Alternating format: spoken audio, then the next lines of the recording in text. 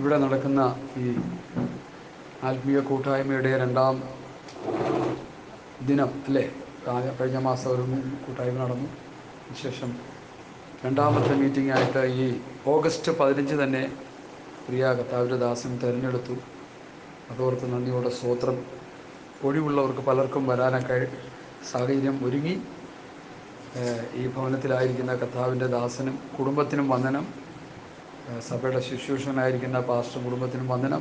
പ്രിയ പാട്ടുകാരനായ നമ്മുടെ പ്രിയപ്പെട്ട pastor, senior pastor Mathai കുഞ്ഞ് പാസ്റ്റർ, അദ്ദേഹമായിട്ട് എനിക്ക് വളരെ പരിചയമുണ്ട്. അദ്ദേഹത്തിൻ്റെ സംഗീതം വളരെ മനോഹരമാണ്. അത് കേൾക്കുന്നു, ബലപ്പെട്ടുകൊണ്ടിരിക്കുന്നു. സ്തോത്രം. അങ്ങനെ എല്ലാ നിലയിലും കർത്താവ് നമുക്ക് ആത്മീയമായി വലിയ ദൈവവചനത്തിൻ്റെ ഇടപെടലുകൾ നമ്മളോട് ഇടപെട്ടുകൊണ്ടിരിക്കുകയാണ്. വിവിധ നിലയിൽ കർത്താവ് നമ്മളോട് ഇന്ന് പൽക്കാലമൊക്കെ സംസാരിച്ചു. അതെല്ലാം അതിൻ്റെ ആകത്തുക നമ്മുടെ അകത്തെ മനുഷ്യൻ പറഞ്ഞോട്ടെ ബലപ്പെടുക എന്നുള്ളത് മാത്രമേ, വേറെ ഒന്നുമില്ല. ഇവിടെ ആരും വലിയവരൊന്നുമില്ല. കർത്താവാണ് നമ്മുടെ മധ്യത്തിൽ വലിയവനായിട്ടുള്ളത്. ഇവിടെ നടക്കുന്ന ഓരോ മീറ്റിങ്ങുകളും, സഭായോഗമാകട്ടെ, ഇട മീറ്റിങ്ങുകളാകട്ടെ, ഉപവാസ പ്രാർത്ഥനയാകട്ടെ, ഏത് കൂട്ടായ്മയാണെങ്കിലും അതിൽ സംഭവിക്കേണ്ടത് സംഭവിക്കണം. അതെന്താണ്? ഇന്ന് രാവിലെ ഇവിടെ വന്നപ്പോൾ ഞാൻ സൗരന്മാർക്ക് ഒരു വചനം എടുത്ത് കൊടുക്കാനിടയായിരുന്നു. അത് പിന്നെയും നിങ്ങളോട് പറയാൻ താല്പര്യപ്പെടുകയാണ്.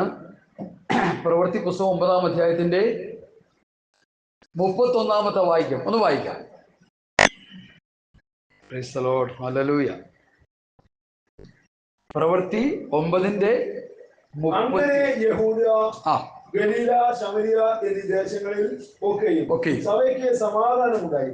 അത് ആത്മീയവർദ്ധന പ്രാപിച്ചു. സഭയ്ക്ക് സമാധാനമുണ്ടായി, സഭ ആത്മീയ വർധന പ്രാപിച്ചു. അടുത്ത കർത്താവിനോടുള്ള ഭക്തിയും പരിശുദ്ധാത്മാവിന്റെ പ്രബോധനത്തിൽ നടന്നും.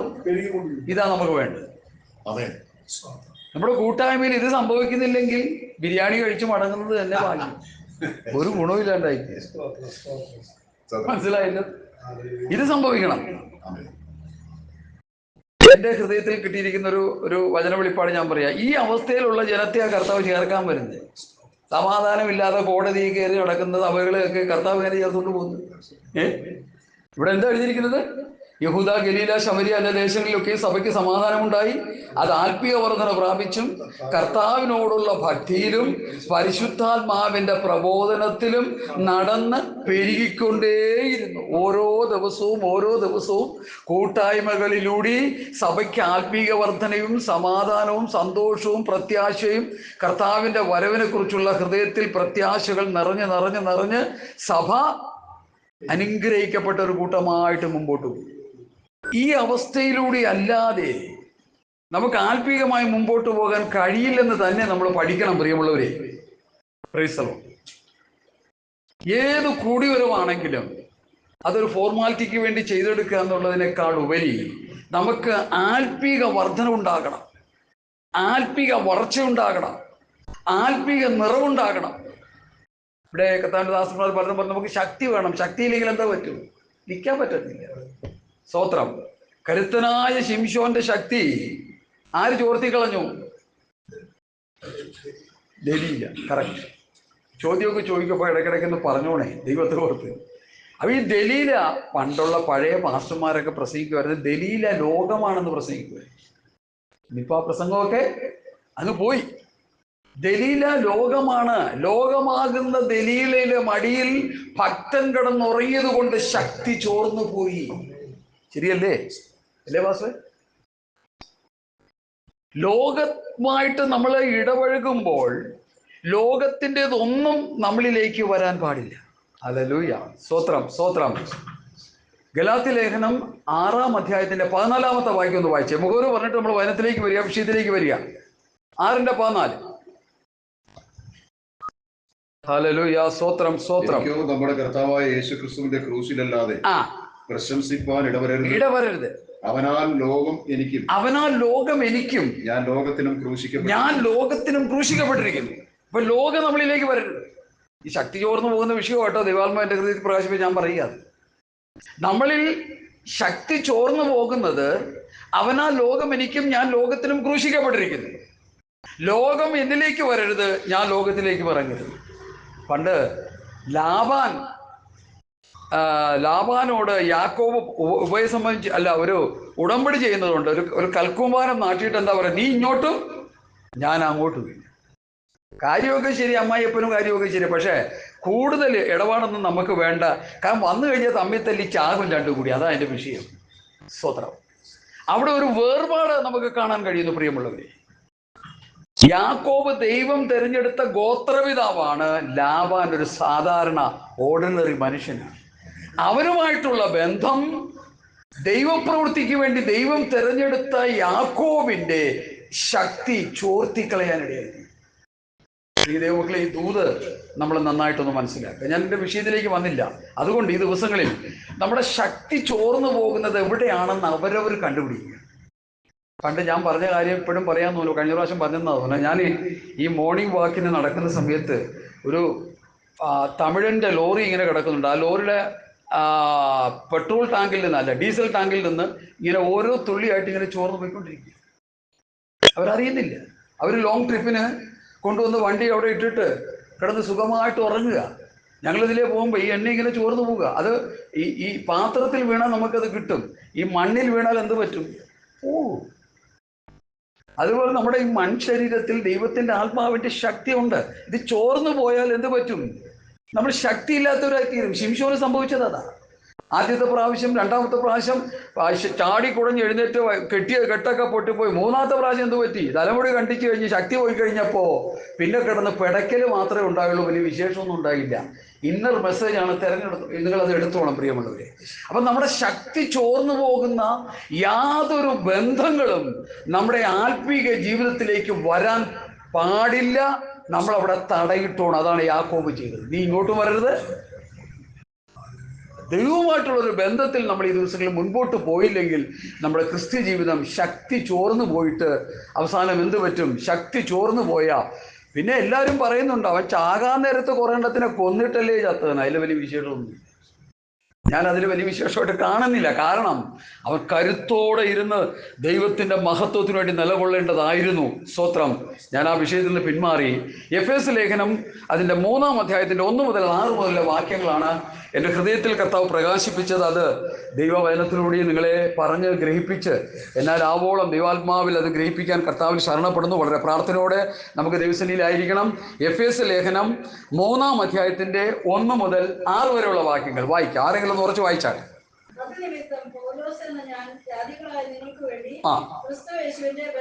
ബദ്ധനായിരിക്കും.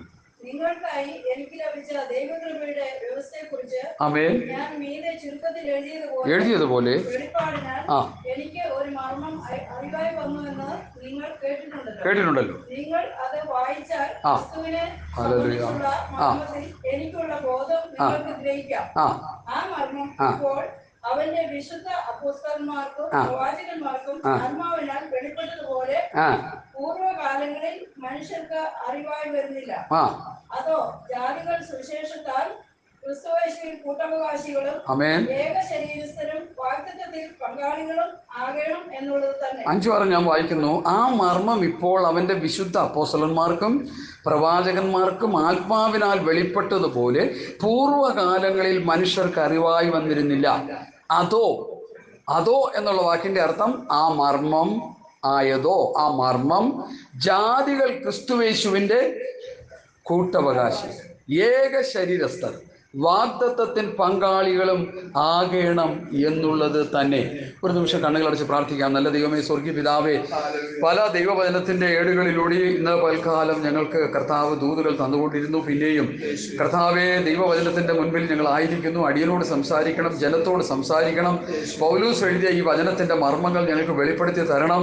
ഞങ്ങളുടെ ഭാവി പ്രത്യാശയെക്കുറിച്ച് അല്പസമയം ദൈവസന്നിധിയിൽ ഇരുന്ന വചനത്തിലൂടെ ഒന്ന് സ്തോത്രം മുൻപോട്ട് പോകുവാൻ കർത്താവ് ഞങ്ങളെ സഹായിക്കണം. ഒരുക്കപ്പെട്ട നിലം പോലെ ഞങ്ങളുടെ ഹൃദയങ്ങൾ ദൈവസന്നിധിയിൽ പകർന്ന് ദൈവവചനത്തിൻ്റെ വെളിപ്പാടുകൾ പ്രാപിച്ച് സന്തോഷത്തോടെ, പ്രത്യാശയോടെ, സമാധാനത്തോടെ, ആത്മീക വളർച്ചയോടെ കടന്നു പോകുവാൻ സ്വർഗത്തിലെ ദൈവം സഹായിക്കണം. അതിന് തടസ്സമായി വ്യാപരിക്കുന്ന എല്ലാ ദുഷ്ടപോരുകളെയും യേശുവിന്റെ നാമത്തിൽ ശാസിക്കുന്നു. വചനത്തിനെതിരെ വ്യാപരിക്കുന്ന എല്ലാ പോരുകളെയും ശാസിക്കുന്നു. ഈ ദേശനിവാസികളിൽ പോരാടുന്ന പോരാട്ടങ്ങളെ നിന്റെ ദാസന്മാരാകുന്ന ഞങ്ങൾ ഒരുമിച്ച് ശാസിക്കുന്നു. ഈ ദേശത്തെ വിടിവിക്കണമേ, വചനം അയച്ച് ഈ ദേശത്തെ സൗഖ്യമാക്കണമേ. യേശുവിന്റെ നാമത്തിൽ പ്രാർത്ഥിക്കുന്നു. പ്രാർത്ഥന കേൾക്കണം നല്ല പിതാവേ. ഈ ദേശത്ത് വളരെ പോരാട്ടമുണ്ട്. എങ്ങനെ അറിയാം പാസ്റ്ററെ? കഴിഞ്ഞ പ്രാവശ്യം ഞാനിവിടെ നിന്ന് പോയിട്ട് എനിക്ക് ഭയങ്കര ബോഡി പ്രോബ്ലം ആയിരുന്നു. സ്തോത്രം. ഞാനൊരു 2-3 ദിവസം വളരെ കഷ്ടപ്പെടാനിടയാ. അപ്പം ഞാൻ വേറൊരു പാസ്റ്ററോട് ഇങ്ങനെ പറഞ്ഞപ്പോൾ പാസ്റ്റർ പറഞ്ഞു, ഈ ദേശത്തെക്കുറിച്ച് അറിയാവുന്ന ഒരു പാസ്റ്റർ, അച്ഛനറിയാതെ ജോർജാനറിയാം. അദ്ദേഹം പറഞ്ഞു, വലിയൊരു പോരാട്ടമുള്ള ദേശമാണ്, അതുകൊണ്ട് എല്ലായിടത്തും പോരാട്ടം. പാസ്റ്റർ പറഞ്ഞ പോലെ സർവ്വലോകം ദുഷ്ടൻ്റെ അധീനക്കട എല്ലായിടത്തും പോരാട്ടമുണ്ട്. എസ്പെഷ്യലി നമ്മൾ കൂടി വരുന്ന ഇടങ്ങളിൽ ചിലപ്പോൾ ഇച്ചിരി പോര് കൂടിയെന്നിരിക്കും. അതെന്തിനാണെന്ന് ചോദിച്ചാൽ ആ പോരാട്ടത്തോട് പോരാടി വിജയം വരിച്ച് വേല ശക്തിപ്പെടുത്തുവാൻ ദൈവം ചെയ്യുന്നതാണ്. അപ്പോൾ നമ്മളൊന്ന് ബലപ്പെട്ടാൽ മതി. താഴ്ദാസം പറയും, നമ്മളങ്ങോട്ട് ബലപ്പെടണം. നമ്മൾ ആത്മാവിൽ ബലപ്പെട്ട് കഴിയുമ്പോൾ പോരാട്ടം എല്ലാം താനെ അങ്ങ് പോകും. ഒരു പ്രായമുള്ളൊരു കർത്താവിൻ്റെ ദാസൻ പറഞ്ഞ പോലെ ഇരുട്ട് മാറിപ്പോണമെങ്കിൽ എന്ത് ചെയ്യണം? നമ്മൾ വെളിച്ചമായിട്ട് നിൽക്കണം. അല്ല, ഇരുട്ട് മാറാനായിട്ട് വേറെ വല്ല പരിപാടിയുണ്ട്? ഇരുണ്ട് കിടക്കുന്ന ഒരു മുറിയിൽ നല്ലൊരു പവർഫുള്ളായിട്ടുള്ള ടോർച്ച്, ഇപ്പോൾ ഈ ചാർജർ ടോർച്ചുകളെ കൊണ്ട് ഭയങ്കര പവറാണ്. ആ ടോർച്ച് കത്തിച്ചുകൊണ്ട് മുറിയിലോട്ട് ചെന്നാൽ എന്തായി? ഇരുളങ്ങ് മാറും. അപ്പം നമ്മളങ്ങോട്ട് വെളിച്ചമായാൽ ഇരുള് മാറും. സ്തോത്രം. നമ്മൾ ഉപ്പ് പോലെ രുചിച്ചാൽ ഈ കയ്പ് മാറും. സ്തോത്രം. നമ്മൾ ശക്തിപ്പെട്ടാൽ ദുഷ്ടന്റെ ശക്തികൾ തകർക്കപ്പെടും. സ്തോത്രം. അതുകൊണ്ട് ദൈവജനം അതിനുവേണ്ടി ഈ ദിവസങ്ങൾ ഒരുങ്ങുക. ഇവിടെ നമ്മൾ വായിച്ച വേദഭാഗത്തിലേക്ക് വരുന്നു. ഇതൊരു മിസ്റ്ററി, ഒരു മർമ്മത്തെക്കുറിച്ചാണ് പൗലോസ് ഇവിടെ പറയുന്നത്. ഇത് നമ്മുടെ ഭാവി പ്രത്യാശയാണ്. സ്തോത്രം. ഭാവിയിൽ നമുക്കുണ്ടാകാൻ പോകുന്ന ഒരു പ്രത്യാശയെക്കുറിച്ച് പൗലോസ് പറയുന്ന ഒരു മിസ്റ്ററിയാണ്, ഒരു മർമ്മമാണ്. ഞാൻ ഇങ്ങോട്ട് വരുമ്പോൾ തന്നെ ദൈവസന്നിധിയിൽ ഒത്തിരി വചനങ്ങൾ ഞാൻ ധ്യാനിച്ചു. ഇന്നത് പറയാമെന്നൊക്കെ വിളിച്ചു. ലാസ്റ്റ് സമയത്ത് ഈ ഭാഗമാണ് എൻ്റെ ഹൃദയത്തിൽ ഇങ്ങനെ പ്രകാശിച്ച് കിട്ടിയത്. അപ്പോൾ എനിക്ക് മനസ്സിലായി, ഈ വചനം നമ്മൾ ഒരുമിച്ച് ധ്യാനിക്കണം. ഇവിടെ ആത്മീയമായിട്ട് ഒരുവിധം പക്വതയുള്ളവർ തന്നെയാണ് ഇവിടെ ഇരിക്കുന്നതെന്നാണ് എൻ്റെ ഓർമ്മ. സ്തോത്രം. അങ്ങനെയെങ്കിൽ നമുക്ക് ആത്മീയമായിട്ട് ഒന്നുകൂടി ബലപ്പെടുവാൻ, ഒന്നുകൂടി ശക്തി ആർജിക്കുവാൻ, ഒന്നുകൂടി ആത്മാവിൽ പ്രത്യാശയോടെ നിൽക്കുവാൻ ഈ വേദഭാഗങ്ങൾ പരിശുദ്ധാത്മാവ് നമുക്ക് തരികയാണ്. 2 കൈ നീട്ടി സ്വീകരിച്ചു കൊള്ളണം. ഹല്ലേലൂയ. എബ്രായ ലേഖനം 1:1 എൻ്റെ ഹൃദയത്തിൽ ഒന്ന് വായിച്ചാട്ട്. എബ്രായ ലേഖനം 1:1, 2:1 ഒന്ന് വായിച്ചാട്ട്. പെട്ടെന്ന് വായിച്ചാട്ട്. ദൈവം പണ്ട് ഭാഗമായിട്ടും വിവിധമായിട്ടും പ്രവാചകന്മാർ മുഖാന്തരം പിതാക്കന്മാരോട് അരുളി ചെയ്തിട്ട് ഈ അന്ത്യകാലത്ത് പുത്രൻ മുഖാന്തരം നമ്മോട് അരുളി ചെയ്തിരിക്കുന്നു.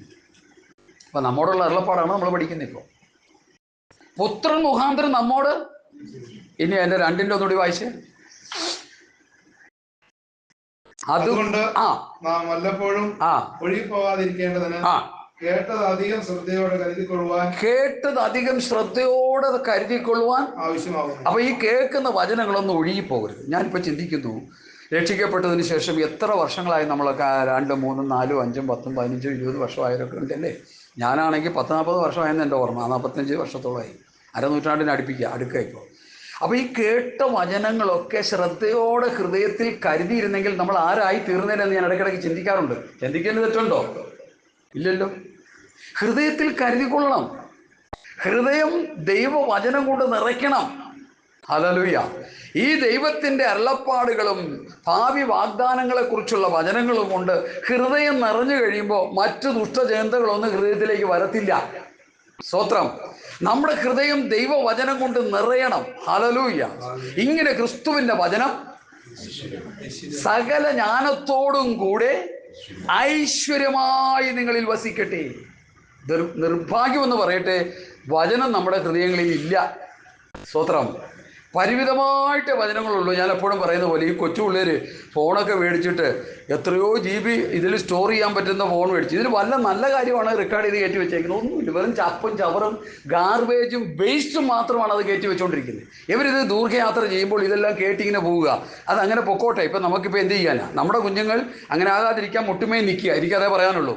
നമ്മൾ ഈ ഫോണിൽ വചനങ്ങൾ ഇങ്ങനെ റെക്കോർഡ് ചെയ്ത് വെച്ചിരിക്കുന്ന പോലെ നമ്മൾ ഈ സ്തോത്രം നമ്മുടെ ഹൃദയത്തിൽ ഹൃദയത്തിൽ ദൈവത്തിൻ്റെ വചനം സംഗ്രഹിക്കണം. ദാവീദ് ഇങ്ങനെ പറഞ്ഞു, ഞാൻ നിന്നോട് പാപം ചെയ്യാതിരിക്കേണ്ടതിന് നിന്റെ വചനത്തെ എൻ്റെ ഹൃദയത്തിൽ സംഗ്രഹിക്കുന്നു. വചനം ഹൃദയത്തിൽ സംഗ്രഹിക്കണം, ഒഴുകിപ്പോകാൻ ഇടവരരുത്. ഹല്ലേലൂയ. ആവശ്യമില്ലാത്തതൊക്കെ നമ്മുടെ ഹൃദയത്തിലോട്ട് കയറിക്കഴിഞ്ഞാൽ ഇവൻ താനെ അങ്ങ് ഇറങ്ങിപ്പോകും. അതുകൊണ്ട് ദൈവമക്കളെ, ശക്തി ചോർന്നു പോകാതിരിക്കണമെങ്കിൽ, കരുത്തന്മാരായി തീരണമെങ്കിൽ, ആത്മീയ വളർച്ച നമുക്ക് ഉണ്ടാകണമെങ്കിൽ ഈ വചനം നമ്മുടെ ഹൃദയത്തിൽ സംഗ്രഹിക്കണം. ഒഴുകിപ്പോകാൻ നാം അനുവദിക്കരുത്. സ്തോത്രം. ഞാൻ മറ്റേ 3:1 വാക്യത്തിലേക്ക് വരുന്നു. അത് നിമിത്തം പൗലൂസ് എന്ന ഞാൻ ജാതികളായ നിങ്ങൾക്ക് വേണ്ടി ക്രിസ്തുവിൻ്റെ ബദ്ധനായിരിക്കുന്നു. അപ്പോൾ പൗലൂസ് എക്സ്പെഷ്യലി ദൈവത്തിൻ്റെ തെരഞ്ഞെടുപ്പ് ജാതികൾക്ക് വേണ്ടിയുള്ള അപ്പോസ്തലനാണ്. പത്രോസിനെ കുറിച്ച് പഠിക്കുമ്പോൾ പരിച്ഛേദനക്കാർക്ക് വേണ്ടി, അത് അറിയാം, പല ഭാഗങ്ങളിലുണ്ട്. എന്നാൽ ജാതികൾക്ക് വേണ്ടി പൗലൂസിനെ ദൈവം എക്സ്പെഷ്യലി ഒരു അപ്പോസ്തലനായി നിയമിച്ചിരിക്കുക. അപ്പോൾ പൗലൂസ് തനിക്ക് തൻ്റെ ജീവിതത്തിൽ ദൈവവുമായിട്ടുള്ള ഇടപാടിലുണ്ടായ തനിക്ക് കിട്ടിയ വചനത്തിൻ്റെ വെളിപ്പാട് ഇവിടെ എഫേസ്യ സഭയ്ക്ക് അറിയിക്കുകയാണ്. എഫേസ്യ സഭയ്ക്ക് അറിയിക്കുന്നു പറയും, സർവ്വലോകത്തോടും പൗലൂസ് അറിയിക്കുക. എന്താ പൗലൂസ് അറിയിക്കുന്നത്? ജാതികളായി നിങ്ങൾക്ക് വേണ്ടി ക്രിസ്തുയേശുവിൻ്റെ ബദ്ധനായിരിക്കുന്നു. നിങ്ങൾക്കായി എനിക്ക് ലഭിച്ച ദൈവകൃപയുടെ വ്യവസ്ഥയെക്കുറിച്ച് ഞാൻ മീതെ ചുരുക്കത്തിൽ എഴുതിയതുപോലെ വെളിപ്പാടിനാൽ ഒരു മർമ്മം എനിക്ക് അറിവായി വന്നു എന്ന് കേട്ടിട്ടുണ്ടല്ലോ. ഇതൊരു വലിയ വചന പഠനം കൂടി ആയിക്കൊള്ളട്ടെ ക്ലാസ്. ഒരു മർമ്മം എനിക്ക് വെളിപ്പെട്ട് കിട്ടി, ജാതികളായ നിങ്ങൾക്ക് വേണ്ടി. നമുക്കൊന്ന് മനസ്സിലാക്കണ്ടേ? സ്തോത്രം. നമ്മുടെ ഭാവിയെക്കുറിച്ചുള്ളൊരു സ്തോത്ര പ്രത്യാശയുടെ മർമ്മമാണ് ഈ വെളിപ്പെട്ട് കിട്ടിയിരിക്കുന്നത്. ഈ ഭൂമിയിൽ ജീവിക്കാനുള്ള കാര്യത്തെക്കുറിച്ചല്ല ഇവിടെ പൗലോസ് പറയുന്നത്. ജാതികളാകുന്ന നമുക്ക് കിട്ടാൻ പോകുന്ന ഒരു ആത്മീയ അനുഗ്രഹത്തിൻ്റെ ഒരു വലിയ കലവറ പൗലോസ് പറയുന്നു, തനിക്ക് അത് വെളിപ്പെട്ട് കിട്ടി. അത് താൻ എഫേസ്യ സഭയെ അറിയിക്കുന്നു. ഈ ദേശത്തിൻ്റെ പേരെന്താ?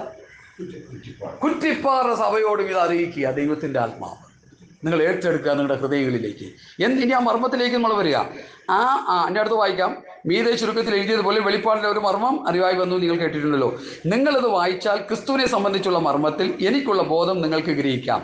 ആ മർമ്മം 5-ാം വാക്യം ഒന്ന് വായിച്ചാരെങ്കിലും.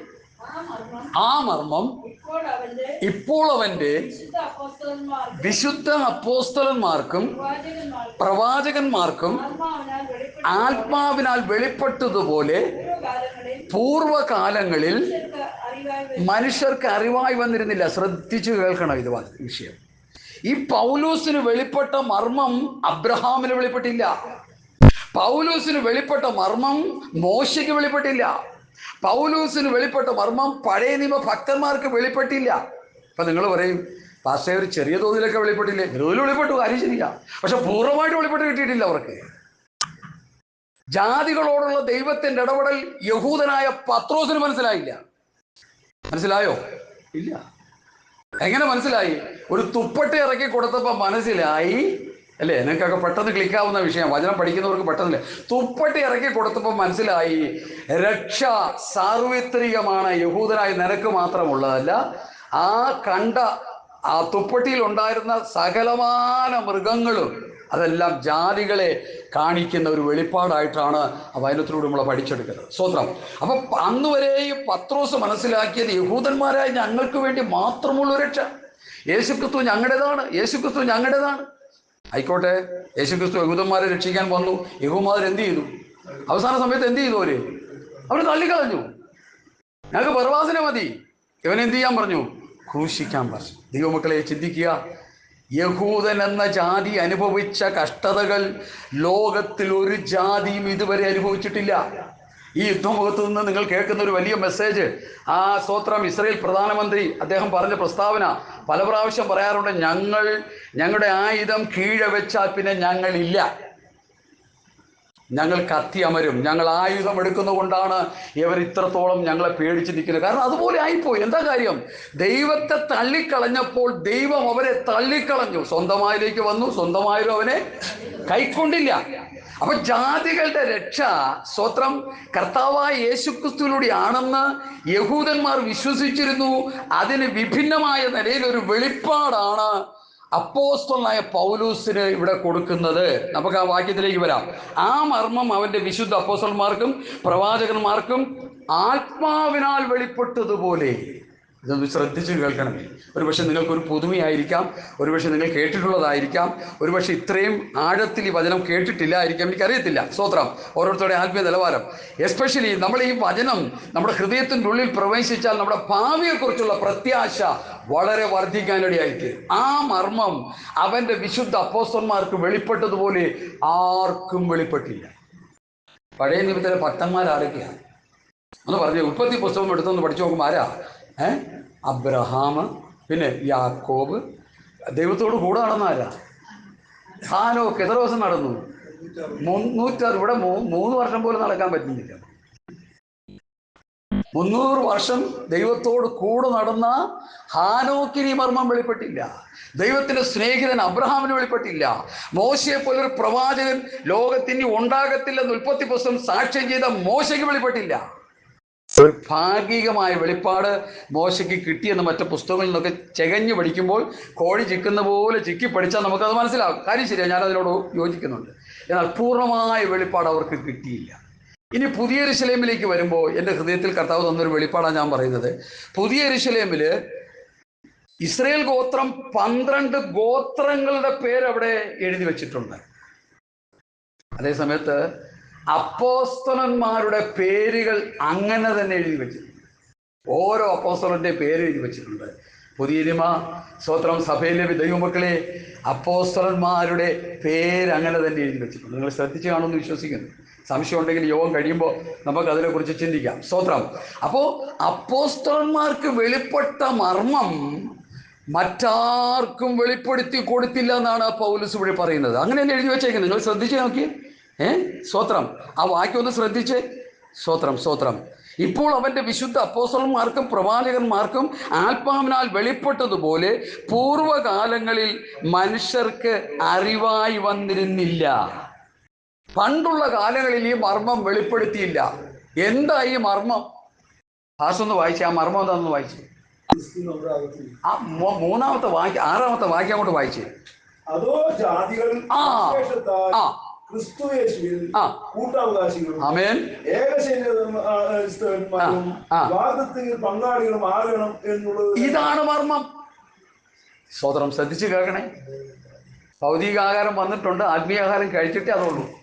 സ്തോത്രം, സ്തോത്രം. കർത്താവിന്റെ ദാസൻ പറഞ്ഞതുപോലെ നല്ല വീഞ്ഞ് ഇപ്പം നമുക്ക് കുടിച്ചോണ്ടിരിക്കുക. അത് കഴിഞ്ഞിട്ട് നമുക്ക് മരുന്നടിച്ചത് കുടിക്കാം. സ്തോത്രം. തിന്നാം. സ്തോത്രം. ഈ ദൈവവചനം പോലെ ഇത്ര മായമില്ലാത്തൊരു സാധനം ലോകത്ത് വേറെ ഇല്ല.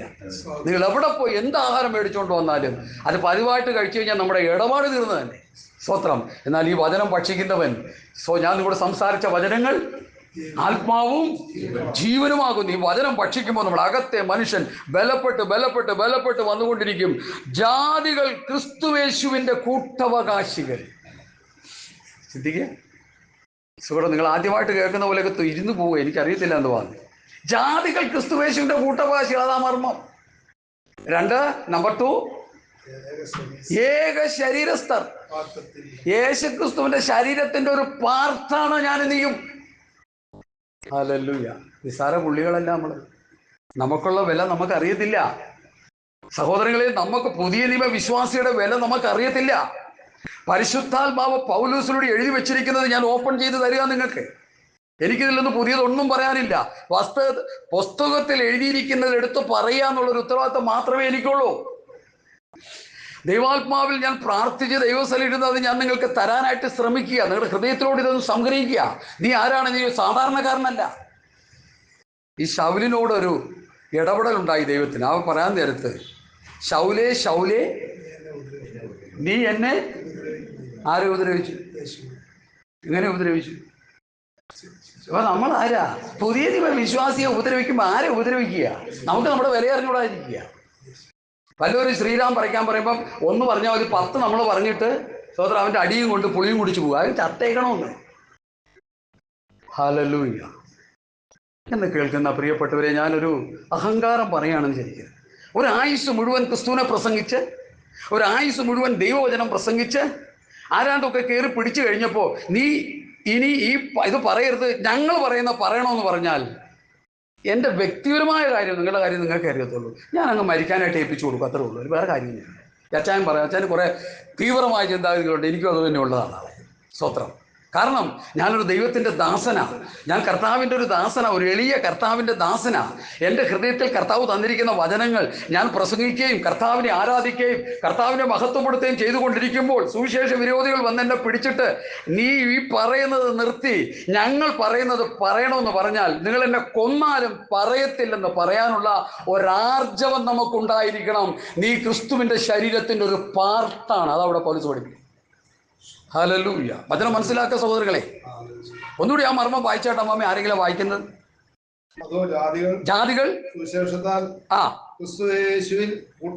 ജാതികൾ സുവിശേഷത്തിലൂടെ ക്രിസ്തുവിന്റെ കൂട്ടവകാശികളായി മാറുന്നു, ഏക ശരീരസ്ഥരായി മാറുന്നു, വാഗ്ദത്തത്തിന് പങ്കാളികളായി മാറുന്നു.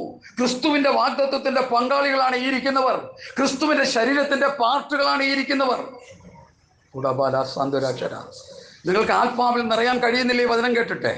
Hallelujah, hallelujah.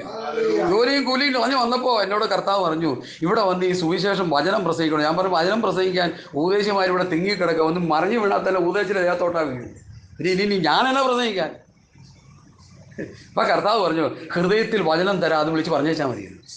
കേൾക്കുന്നവൻ കേട്ടോട്ടെ, ചെവിയുള്ളവൻ കേൾക്കട്ടെ. സ്തോത്രം. ഇന്ന് പകൽക്കാലം ആത്മാവിൽ ഞാൻ വിളിച്ചു പറയുന്നു, നീ ഒരു സാധാരണ മനുഷ്യനല്ല, നീ ക്രിസ്തുവിന്റെ കൂട്ടവകാശം ലഭിച്ചവനാണ്. പാസ്റ്റേ എനിക്ക് ലഭിച്ചിട്ടില്ല, ഇപ്പോഴത്തെ കാര്യമല്ല ഈ പറയണേ. അതിവിദൂര ഭാവിയിൽ കർത്താവ് യേശുക്രിസ്തു വരുമ്പോൾ, കർത്താവ് നമുക്ക് വീതം വെച്ച് തരുമ്പോൾ, അനുഗ്രഹങ്ങൾ വീതം വെച്ച് തരുമ്പോൾ നീ ആരാ? ക്രിസ്തുവിന്റെ ശരീരത്തിന്റെ ഒരു പാർട്ടായിട്ട് നീ തീരുകയാണ്. ഇപ്പോൾ ആ വചന വെളിപ്പാടിൽ ഈ ഭൂമിയിൽ ജീവിച്ച് ആ പ്രത്യാശയിൽ നമ്മൾ ആയിരിക്കണമെന്നാണ് കർത്താവ് പറയുന്നത് നമ്മോട്. Hallelujah, hallelujah. ജാതികൾ ക്രിസ്തു യേശുവിന്റെ കൂട്ടവകാശികൾ. യേശുക്രിസ്തുവിന്റെ കൂട്ടവകാശം എന്ന് പറഞ്ഞാൽ എന്താണ്? അതിനൊരു വ്യാഖ്യാനം കൊടുക്കാൻ മത്തായി പാസ്റ്റർ വല്ലതും ഉണ്ടോ വ്യാഖ്യാനം പറയാൻ? എനിക്കറിയത്തില്ലൊരു വ്യാഖ്യാനം പറയാനില്ല. ക്രിസ്തുവിന്റെ കൂട്ടവകാശി എന്ന് പറഞ്ഞാൽ എന്താ? കർത്താവിന് കർത്താവിന്റെ കൂടെ ഒരു കൂട്ടവകാശം നമുക്കുണ്ടെന്ന്. സ്തോത്രം. ഉയർപ്പൊരു കൂട്ടവകാശമാണെന്ന്. ഹല്ലേലൂയ. രൂപാന്തര ശരീരം ഒരു കൂട്ടവകാശമാണെന്ന്. എല്ലാവരും ദൈവത്തെ മഹത്വപ്പെടുത്തിക്കൊണ്ടിരുന്നതാണ്. വചനത്തിന്റെ വെളിപ്പാട് കർത്താവ് നമുക്ക് തുറന്നു തരട്ടെ. സ്തോത്രം. നീ ഒരു സാധാരണ മനുഷ്യനായിരിക്കാം, സ്തോത്രം. നീ ജാതിയിൽ കുറഞ്ഞവനായിരിക്കാം, നിനക്ക് വിദ്യാഭ്യാസം ഇല്ലാത്തവനായിരിക്കാം, പക്ഷെ നീ ആരാ? യേശുക്രിസ്തുവിന്റെ കൂട്ടവകാശം ലഭിച്ചവനാ.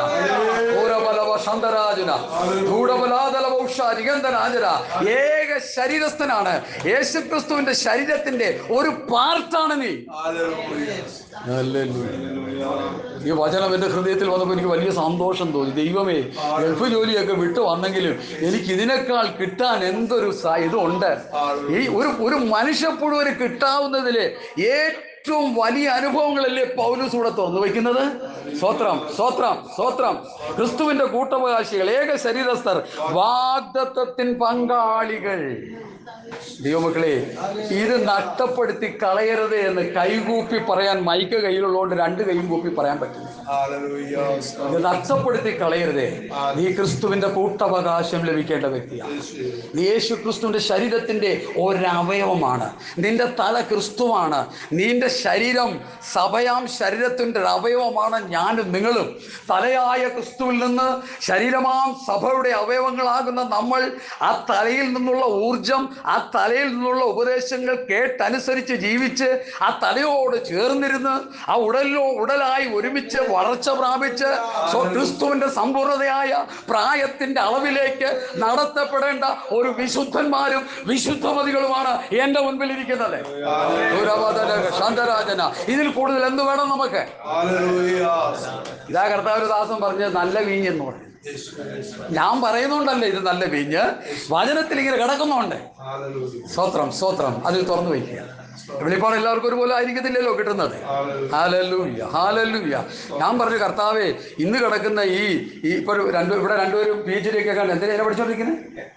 BTH MDU. ഞാനും CTH QTH ഒക്കെ കുറെ പഠിച്ചതാണ്. പിന്നെ എന്താണ് MDU ചെയ്തതാണ്, കുറെയൊക്കെ ചെയ്തതാ. ഒന്നും കിട്ടി, ആ സമയത്ത് ഒന്നും കിട്ടിയില്ല, ഇതൊന്നും കിട്ടിയില്ല. ജോലി കളഞ്ഞിട്ട് ദൈവസേന ഇരുന്ന് നേരത്തെ പറഞ്ഞ പോലെ മുഴങ്കാലിരുന്ന് പ്രാർത്ഥിച്ചപ്പോൾ ചില പ്രായമുള്ള കർത്താവിൻ്റെ ദാസന്മാരോടുള്ള കൂട്ടായ്മ ആചരിച്ച് അങ്ങനെ പ്രാർത്ഥിച്ച് മാസങ്ങളോളം വർഷങ്ങളോളം ദൈവസേന ഇരുന്നപ്പോൾ കിട്ടിയ വചനത്തിന്റെ വെളിപ്പാടായി തുറന്നു വയ്ക്കുന്നത്. ഹല്ലേലൂയ. നാം ക്രിസ്തുവിന്റെ അവകാശികളാണ് നമ്മള്. മറ്റു മനുഷ്യർ മരിച്ചും മണ്ണിന്റെ അടിയിൽ പോകുന്ന പോലെ പോകേണ്ടവരല്ല. എന്നിൽ വിശ്വസിക്കുന്നവർ മരിച്ചാലും ജീവിക്കുമെന്നുള്ള ദൈവവചന വ്യവസ്ഥ പ്രകാരം മരണാനന്തര പുനരുത്ഥാനത്തിന്റെ അവകാശികളാണ് നമ്മൾ. ഓ ഹല്ലേലൂയ. പൗലോസ് പറയുക കൊരിന്ത്യയിലെ അടുത്ത്, അവൻ ഞാൻ ക്രിസ്തുവിനെ ഉയർപ്പിച്ച പോലെ ഞങ്ങളെ ഉയർപ്പിക്കുമെന്ന്. ആ പ്രത്യാശ നമുക്കുണ്ടോ? വേദോസം എടുത്ത് നടക്കുന്ന നമുക്കുണ്ടോ? ഹല്ലേലൂയ. അതേ നമ്മൾ പുനരുത്ഥാനത്തിന്റെ സന്തതികളാണ്, മരിച്ച് മണ്ണടേണ്ടവരല്ല. ഈ ലോകത്ത് കാണുന്ന ജാതികളൊക്കെ ക്രിസ്തുവിനെ കൂടാതെ മരിച്ച് മണ്ണിന് വളമായി തീരുമ്പോൾ നമ്മുടെ ഭൗതിക ശരീരം അങ്ങനെ വളമായി തീർന്നാലും നമ്മുടെ ഉള്ളിലുള്ള ആത്മീക മനുഷ്യനെ യേശു ക്രിസ്തുവിന്റെ പ്രത്യക്ഷതയിൽ അവർ ഉയർപ്പിച്ചു നിർത്തും. കാരണം നമ്മുടെ അവകാശികളാണ് നമ്മൾ. ഇന്ന് മേൽക്കാലം നമ്മുടെ പ്രത്യാശ വർദ്ധിക്കട്ടെ. ക്രിസ്തുവിന്റെ കൂട്ടവകാശികൾ, ഏക ശരീരസ്ഥർ, വാഗ്ദത്തത്തിൻ പങ്കാളികൾ. യേശു ക്രിസ്തുവിന് പിതാവ് എന്തെല്ലാം വാഗ്ദത്തം ചെയ്തോ അതിന്റെ ഒരു പാർട്ട് എനിക്ക് നിനക്കുള്ളതാണ്. കളഞ്ഞു കുളിക്കരുത്, നഷ്ടപ്പെടുത്തി കളയരുത്. ഇവിടെ ആരാണ്ട് പറഞ്ഞല്ലോ, ഒരു ഊടിന് ജ്യേഷ്ഠാവകാശം വിറ്റ് കളഞ്ഞ ഏശാവിനെ പോലെ ആകരുത് നമ്മളെ. ഇന്ന് യുദ്ധം ചെയ്യുന്ന, ഇസ്രായേലിനോട് യുദ്ധം ചെയ്യുന്ന ഗ്രൂപ്പ് ആരാ എന്ന് പറഞ്ഞേ? ആരാ ഇപ്പൊ ഈ ആൾക്കാർ? എടാ, ഏശാവിന്റെ സന്തതികളാ, അവന്റെ പിന്തുണച്ചക്കാരാ. അത് വചനത്തിലൂടെ എനിക്ക് എടുത്തു തരാനായിട്ട് ഞാൻ മുതിരുന്നില്ല. അവകാശം നഷ്ടപ്പെടുത്തിയ ഏശാവിന്റെ പിന്തുണക്കാരാണ് ഈ ഇസഹാക്കിന്റെ കുഞ്ഞുങ്ങളോട് കിടന്ന് തല്ലുകൂടുന്നത്. ജയിക്കും അവർ? ഒരിക്കലും ജയിക്കത്തില്ല. ഞാനതൊരു വചനം തരാം. സ്തോത്രം. യെഹെസ്കേൽ പ്രവാചകന്റെ പുസ്തകം ഒന്ന് എടുത്താട്ടെ. യെഹെസ്കേൽ പ്രവാചകന്റെ പുസ്തകം. Hallelujah, hallelujah. യെഹെസ്കേൽ പ്രവാചകന്റെ പുസ്തകം അതിൻ്റെ 39 1 അങ്ങോട്ട് വായിച്ചാട്ടെ. സ്തോത്രം. ഇതിൻ്റെ ഇടയിൽ കയറി വന്നുകൊണ്ട് അങ്ങ് പറഞ്ഞു പോയെന്നേ ഉള്ളൂ.